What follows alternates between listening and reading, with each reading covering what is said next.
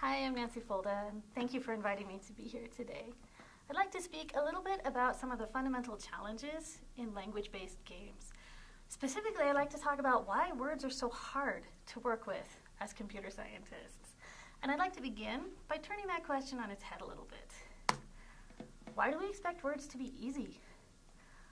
Why do we feel like it ought to be possible to have Siri understand us when we ask a question? Why do we feel like we ought to be able to talk to our cars like Kit in Knight Rider could talk to his driver? Why do we wish for systems like Lieutenant Commander Data and other systems that can interact in a natural and linguistic way? Well, there's a couple of reasons. Here's one of them. Language was one of the first ways that most of us interacted with computers. This is a Commodore 64. I grew up using one of these, and it was super fun, and most of the fundamental tasks and interactions with the computer happened by typing words on the keyboard and seeing them appear on the screen. To me, this creates a little bit of a preconditioning, right? We tend to assume that because this interaction style is old, it must necessarily be primitive. And as we'll see in a little bit, that's not really the case. Here's a second problem, production roles. Thanks to Noam Chomsky and context-free grammars, we have an incredible array of theoretical tools to describe language, to describe how it's generated, to describe how it's structured. Modern systems are able to parse language into semantic structures with relative ease. We're not perfect, we're far from perfect, but it's really impressive how much we can do in terms of part of speech tagging and verb and noun attribution, as well as keyword recognition. In addition, language is easy to break down into its atomic components. To describe the English language, for example, all you need is 26 letters and a couple of grammatical symbols. The unspoken and unexamined assumption here is the idea that because we know how to describe language, we also know how to understand it and how to generate it algorithmically. Those are not equivalent.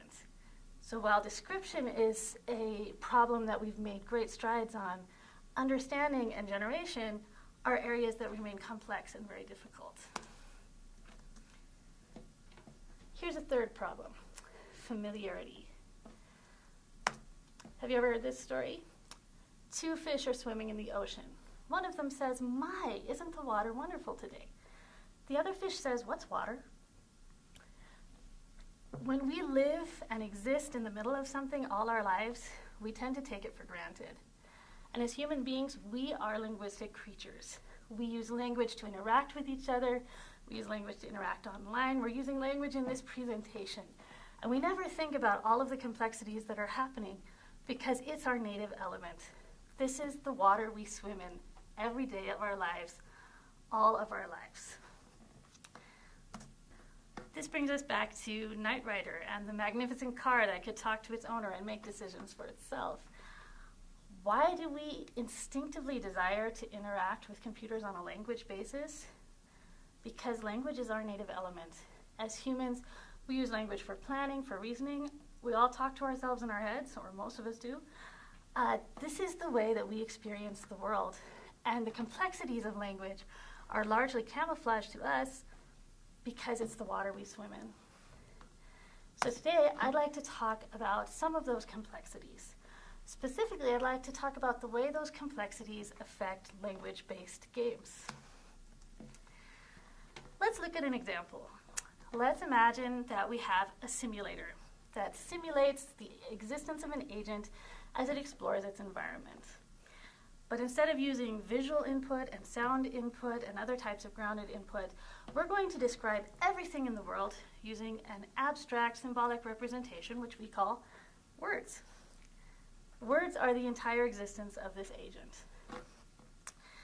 As the agent interacts with its world, we're going to allow it to explore two-word combinations. Some of these might make sense. Climb trees, follow paths. Others might be a little bit redundant or strange, like eat forest or reboot trees. There's an awful lot of ways to combine nouns and verbs. In fact, Depends who you ask, but the English language has about 85,000 nouns and 10,000 verbs. When you put them all together, that makes a very, very large action space. And that's only if you're using two words in combination. Most games that we deal with also like prepositional phrases like give dagger to king or kill troll with axe. Now we're getting even bigger. This is the scenario involved in a lot of interactive fiction games. You might recall the old Z Machine games, Zork, the old Hitchhiker's Guide to the Galaxy game that some of us played as kids. These games existed entirely in the linguistic realm. They were challenging and interesting to us as humans, and they're challenging and interesting to us now as researchers because they allow us to explore the complexities of language in new ways. So what kinds of exploration and what kinds of problem solving are required? Well, let's talk about action spaces for a moment. Again, 85,000 nouns, 10,000 verbs. Different people will give you different numbers. It depends on if you're using archaic words from Old English or not, what you're counting as a noun, what you're counting as a verb. That's kind of a rough estimate. For comparison, the DQN architecture, released by DeepMind a few years ago, the same one that exceeded human level performance in Pong and failed to pass the first level of Montezuma's Revenge, had a grand total of 18 possible actions, 9 positions for the stick, and 2 button configurations. When we work in language-based games, we are exploring a phenomenally huge action space. If you have an agent in a simulator that's capable of attempting 1,000 distinct actions per second, which, depending on which Z Machine simulator you're using, that's a pretty high estimate.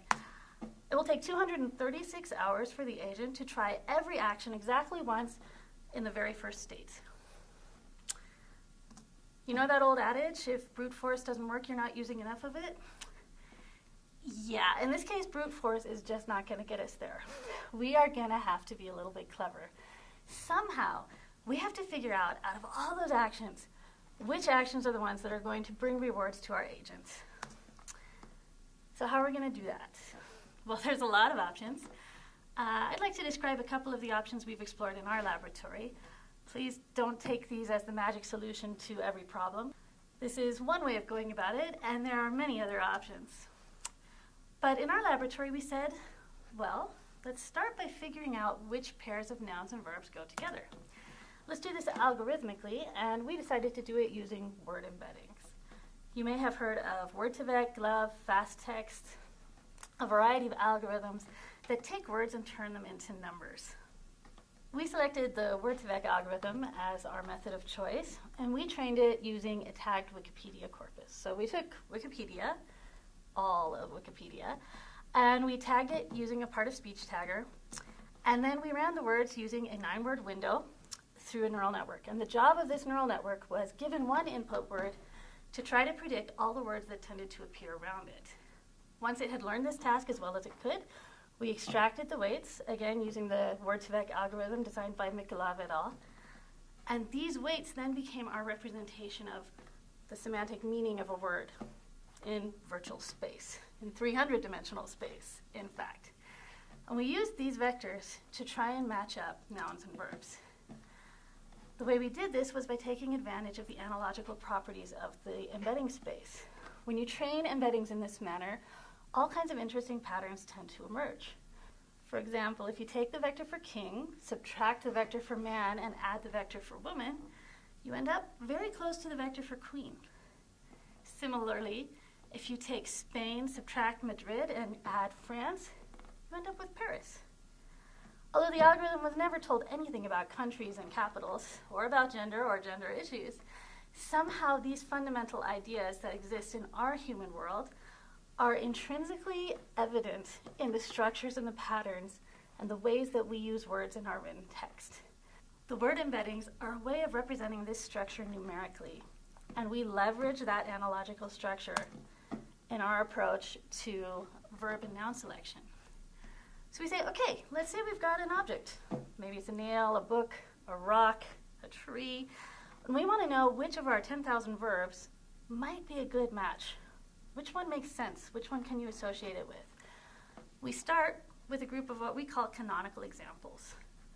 What do you do with a nail? You hammer it. A book can be read, a song can be sung, and a horse can be ridden. We had about 15 of these exemplary pairs, our canonical examples. And we took the centroid of each group of words, mathematically, in the embedding space, and we calculated the distance between those centroids. We called this our canonical analogy vector. Now let's say we have a new noun. Say we want to know, what can you do with a tree? We take that word and its representation in embedding space. We add the canonical analogy vector to it, and we do a search for the nearest words to that point. When you do this in our trained word-to-vec space, you get words like this: climb a tree, perch in a tree, plant, sprout, fell, all of which are fairly logical things to do with a tree. Works with other words too. What can you do with a sword? Vanquish, duel, unsheath, wield, summon. Now, is this method perfect? Absolutely not. When you take the 30 closest words to the analogy point, you end up with a lot of junk.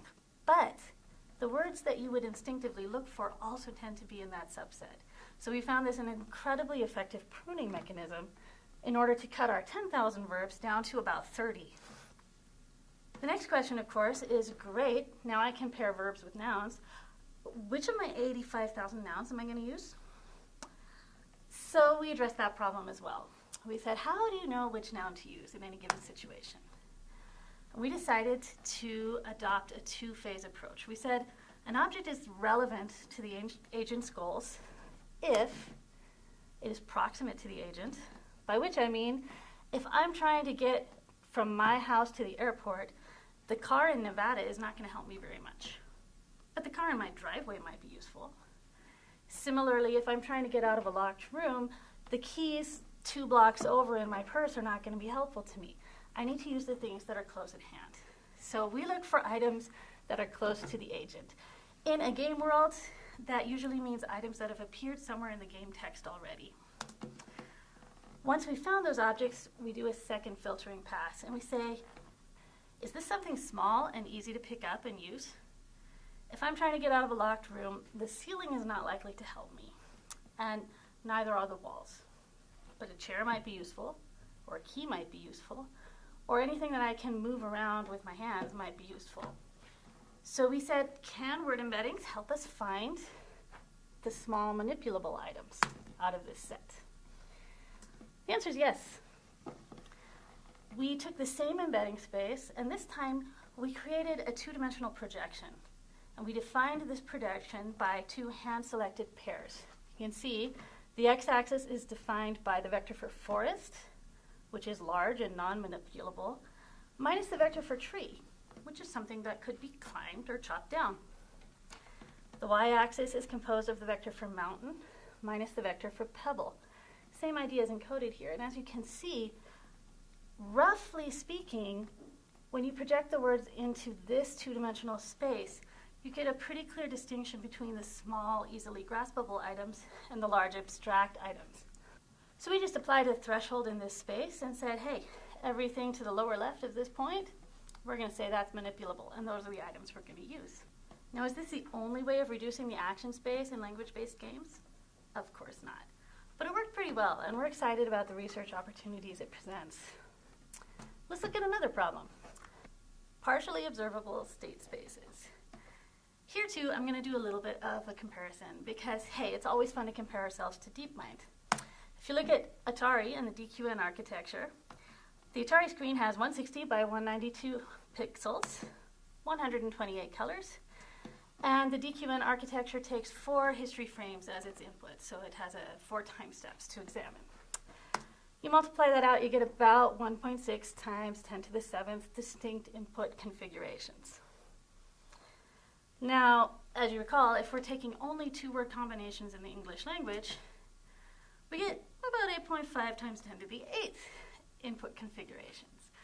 So even if we're working only in a 2-word input space, we're already exceeding the complexity of the Atari framework. And in fact, our input space looks a little more like this. You get all kinds of very interesting descriptions. This is from the game of Zork. You can see we have descriptions of the rooms. We also have, in the second instance with GetLam, we have a state space that is giving us not information about where we are physically, but what's happened in the environment? We've taken the lamp, there's been a state change. Moving rugs, revealing staircases. This is a very complex set of input configurations. Here's another example from the very popular video game Hitchhiker's Guide to the Galaxy. As you can see, the text offered by the game engine provides a wealth of interesting information. Some of it gives information about where you are physically. Some of it describes what's just happened. And some of it is simply giving feedback about an invalid move. In the last line you see, you used the word leave in a way that I don't understand. There's an awful lot of different ways that this information can be conveyed. So the question becomes, in a situation like this, how are you going to set up your state space? How are you going to know where the agent actually is and what options it actually has at its command? A simple empty hash of the input text is probably not going to cut it. You'll end up with too many possible states. You'll lose all of your generalization capability. So what do? Well, you can cheat, which is in fact what we did for our IchCai paper. It wasn't a secret. We wrote it in the paper. We had the agent execute a look command every second iteration. Our inputs looked something like this. We'd look, we'd get our location information, we'd attempt an action, and we'd ignore the response, and then we'd look again to see if we were standing in a new physical location. Now, for that particular research, all we cared about was the geographic location of the agent in the game. We weren't tracking inventory, we weren't tracking other complex game state. But for our purposes, it was a useful way to distinguish geographical information from information regarding inventory changes or invalid commands. However, that's not a super interesting way of addressing the problem. So what else can we do? Well, yeah, those are screenshots from Skyrim. And indeed, we used Skyrim to explore this idea a little bit. This was a slightly different line of research. It was beginning with images. And the question was, can we distinguish which set of actions, which type of actions are afforded by the situation? Can we make that distinction by going through words on our way from pixels to categorization? So we took the images, which, by the way, were collected by a researcher in our lab. He graciously sacrificed his time to play Skyrim for science. And in fact, his character almost died several times while he tried to get nice screenshots for us. So we're very grateful for all of the virtual blood that was lost. We took these screenshots and we passed them through a couple of different caption generators. 2 automatic online caption generators and one 12-year-old girl who was asked to look at the images and just describe what she saw. Once we had text, we used embedding spaces again. This time we used a sentence-level embedding space, skip thoughts by Kiros et al. We converted each sentence into a skip thought vector, and again, using the idea of canonical examples, we did a nearest neighbor search to determine which of our 4 categories this sentence seemed most related to. Now, why do we need to go through the embedding space? Because we wanted to explore the contextual relations between multiple words in the same sentence. A word-level embedding space doesn't embody the same sorts of distinctions that we were interested in. For example, an angry man is not necessarily threatening, and a man with a hammer is not necessarily threatening either. But an angry man with a hammer, he's someone you better watch out for. We were hoping that the embedding space would capture these distinctions, and to a large extent it did. Not good enough to apply in any kind of production setting. There's still a lot of research to be done in this direction, and we're very excited to be doing it. But it is one interesting approach to state-space disambiguation, and one that we'd like to pursue further.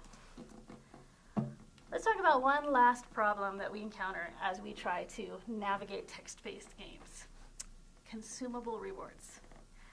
What do I mean by that? Well, let's take an example. In the game of Zork, there is a jewel-encrusted egg. It sits in a tree, and if your character manages to climb the tree and get the egg, you get 5 points. Yay, you're happy. Pretty much every agent I've ever seen play Zork manages to get this done. But here's where it gets interesting. Once you've picked up the egg, you can't get points by climbing the tree and taking the egg anymore. You've consumed your reward. It's gone. For the entire rest of that game, there are no points to be found up trees. So why is this a problem? Well, let's say this is a simplified representation of your action space. And let's say you have some sort of agent who's trying to model its world via policy, learning, or some other method, and is trying to determine, how do I get the rewards? Where are they? And it explores and it finds the egg, and it takes the egg. And it says, yay, now I know that these actions are good. They led me to a reward. But now the egg's gone. And now as the agent continues to explore and returns to one of those previous states that led to the egg, it doesn't get any reward anymore. So it says, after a while, after it's tried 10, 15, 20 times in the same game round and never gotten any more rewards, it says, hey, it must have been a fluke, right? Those actions weren't so very good after all. And in the end, it's going to readjust its reward expectations, and it's going to unlearn the thing it learned at the very beginning. What are we going to do about this? There are all kinds of things that happen only once. You pull a lever, you reach a new room for the first time, you reach some sort of important point in the game, and you get points. But you don't get points for doing a second or a third or a fifth or a 200th time. So one option would be to say, hey, we'll just modify the state space.